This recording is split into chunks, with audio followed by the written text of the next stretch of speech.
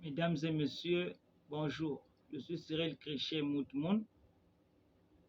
Aujourd'hui, nous allons en fait parler d'un sujet très pertinent qui a défrayé la chronique ces derniers jours. Le 11 avril 2023, Maître Gims affirmait devant le monde entier que la Grande Pyramide aurait servi de source d'énergie ou de centrale électrique aux Égyptiens. Et cette affirmation a créé un énorme tollé au niveau de la presse occidentale. Il a été qualifié de tous les noms d'ailleurs. Nous savons tous que on a vu les images de Gims partout avec toutes les qualifications que les Occidentaux pouvaient en fait attribuer à ce qu'il avait affirmé. Et moi, la grande question que je me suis posée, c'est de savoir pourquoi Maître Gims, qui est une aussi grande star, avec une aussi grande renommée, avec tout l'ensemble des fans et des personnes qui le suivent à travers le monde entier, hein, qu'ils soient africains, occidentaux ou je ne sais pas de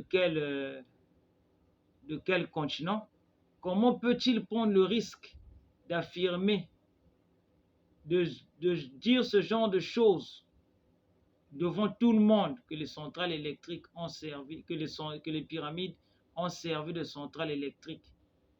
Il n'a pas eu à avoir peur sur sa carrière ou même sur ce que les gens allaient dire sur ça.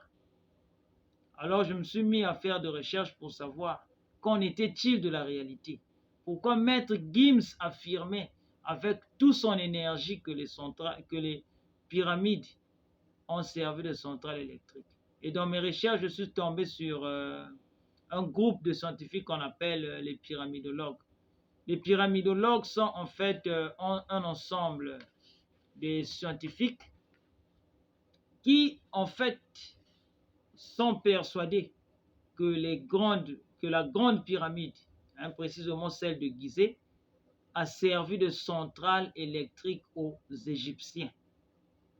Mais qu'est-ce qui les pousse à croire ainsi? Ces scientifiques se sont d'abord posé plusieurs questions à la base pour en fait arriver à faire ce genre de recherche.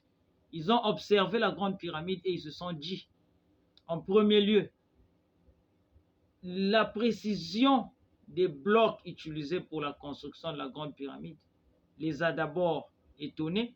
L'étroitesse et aussi la précision de la réalisation des couloirs descendants et des conduits d'aération. Les faibles moyens techniques et la qualité des outils retrouvés. Donc ces outils qui ont été utilisés pour la construction, qu'on nous dit qu'ils cognaient des pierres, qu'ils avaient des burins pour tailler ces granites-là. L'hétérogénéité des formes et la dimension des blocs. Donc ces différents blocs, comment ils étaient aussi différents et comment en fait les dimensions étaient mesurées comment. Ils se sont posés ces questions-là. Et ils se sont posés encore une autre question. Pourquoi il y a l'absence des textes ou de plans décrivant en fait la construction de la pyramide? Et aussi, ils se sont posés une aussi grande question de savoir d'où tenait-il cette connaissance mathématique pour en fait avoir de telles précisions mathématiques autour de ces pyramides, surtout celle de Gizeh qui est la grande pyramide. Et ils se sont posé la dernière question, à savoir comment avec de tels outils, de telles techniques, ils ont mis aussi peu de temps à construire une aussi grande pyramide. Donc la durée de la construction est un fait qui les a intrigués. Et ils se sont dit, ils doivent en savoir plus. Parmi ces pyramidologues, j'ai pris le soin de choisir deux qui ont réalisé des énormes travaux, qui ont permis, en fait, des travaux qu'ils ont ensuite donné des résultats, qui sont disponibles aujourd'hui. Et je vous dirai là où les trouver. Donc, j'ai pris ici Christopher Dunn et Edward Malkowski. Vous allez voir, leurs images seront affichées là. Christopher Dunn et Edward Malkowski ont mené des études poussées et très pertinentes, des études sérieuses pour démontrer que la Grande Pyramide a servi de source d'énergie. Et leurs travaux ont abouti à la rédaction de plusieurs œuvres qui sont aujourd'hui disponibles sur Amazon, écrits en anglais. Vous savez tous que les meilleurs documents scientifiques sont écrits en anglais. Et ces gars ont écrit en anglais et leurs documents sont disponibles sur Amazon. Vous allez voir l'ensemble des livres qu'ils ont écrits défiler là et vous allez vous-même aller les chercher et les lire sur Amazon. Ils coûtent environ 34 à 24-25 € sur Amazon. Donc, quel est en fait les résultats que ces deux scientifiques sont arrivés en fait à avoir dans leur travail? Qu'est-ce qu'ils ont eu comme résultat, Edward Malkowski et Christopher Dunn? Donc, d'après ces études, les anciens Égyptiens auraient des connaissances technologiques bien plus avancées que celles qui leur sont habituellement attribuées ou reconnues. C'est ce que disent Edward Malkowski et Christopher Dunn, ou Dunn si vous voulez. Pour eux, les grandes pyramides auraient été une centrale énergétique, utilisant les résonances de Schumann. Voilà encore un nom qui apparaît. Les résonances de Schumann. Mais c'est quoi en fait les résonances de Schumann?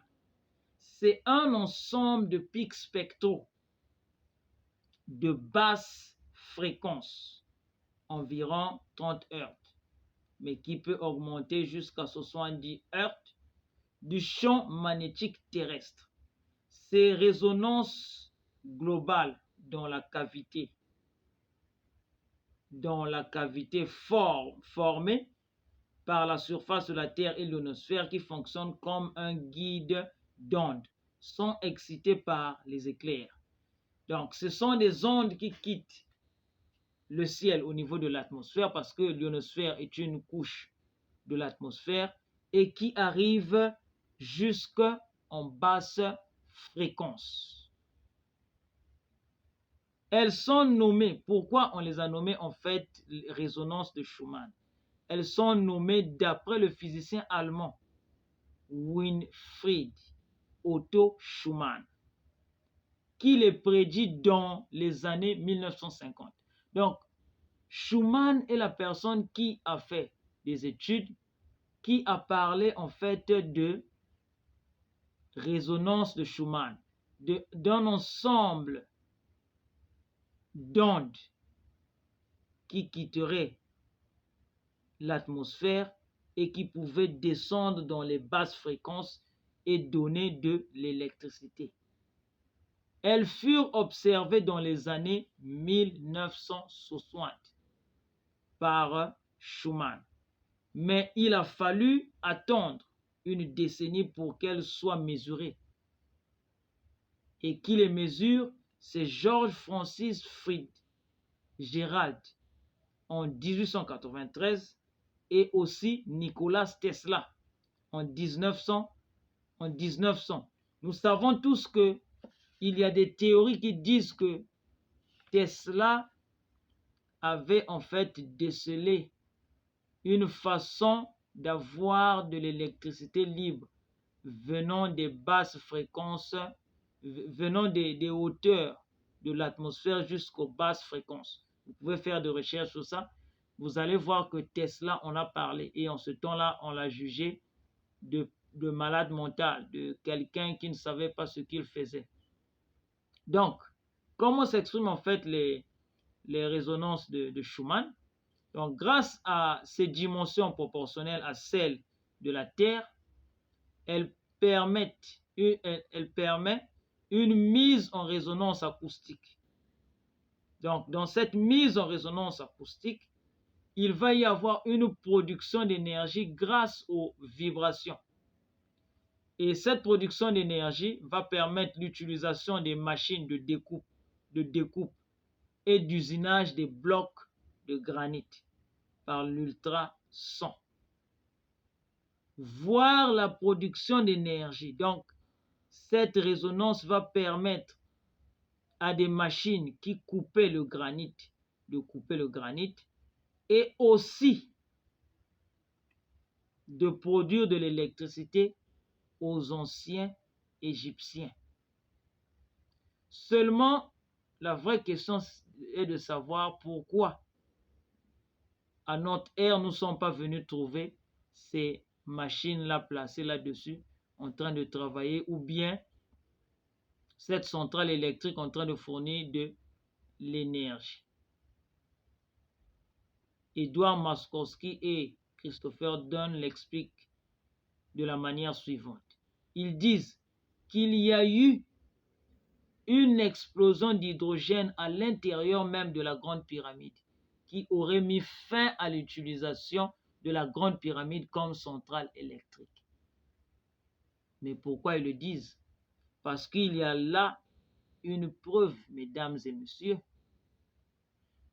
Dans la Grande Pyramide, on retrouve des traces mécaniques et chimiques qui témoignent en fait que la Grande Pyramide a en fait été utilisée. En fait, il y a eu une technologie bien plus poussée dans la Grande Pyramide. Mais ces traces mécaniques et chimiques n'ont jamais pu être expliquées par des scientifiques. Ils se sont dit que c'est un fait au hasard. Ils se sont dit que non, si on retrouve ces traces-là, mécaniques et chimiques dans la Grande Pyramide, sûrement c'est un fait au hasard. Ce n'est pas tout à fait, ce n'est pas parce que les Égyptiens utilisaient en fait les grandes, ce n'est pas parce que les Égyptiens auraient mis en place une technologie assez développée que nous retrouvons ces traces mécaniques et chimiques. Voilà, mesdames et messieurs, les résultats sur lesquels ont abouti les travaux de Christopher Dunn et Edouard Malkowski. Mesdames et messieurs, je vous dis que les spéculations sur les grandes pyramides ne s'arrêtent pas là. Il y en a plusieurs. Il y a d'autres résultats ou d'autres travaux qui ont abouti à croire ou à affirmer que les grandes pyramides ont aussi servi de pompe à eau qu'on appelle bélier hydraulique. Donc c'était une grande pompe où on tirait l'eau dans le souterrain et l'eau montait jusqu'en surface et était utilisée. Sur ça aussi, je ferai des recherches là-dessus et je vous publierai mes recherches. Je vous remercie pour avoir cliqué, regardé cette vidéo.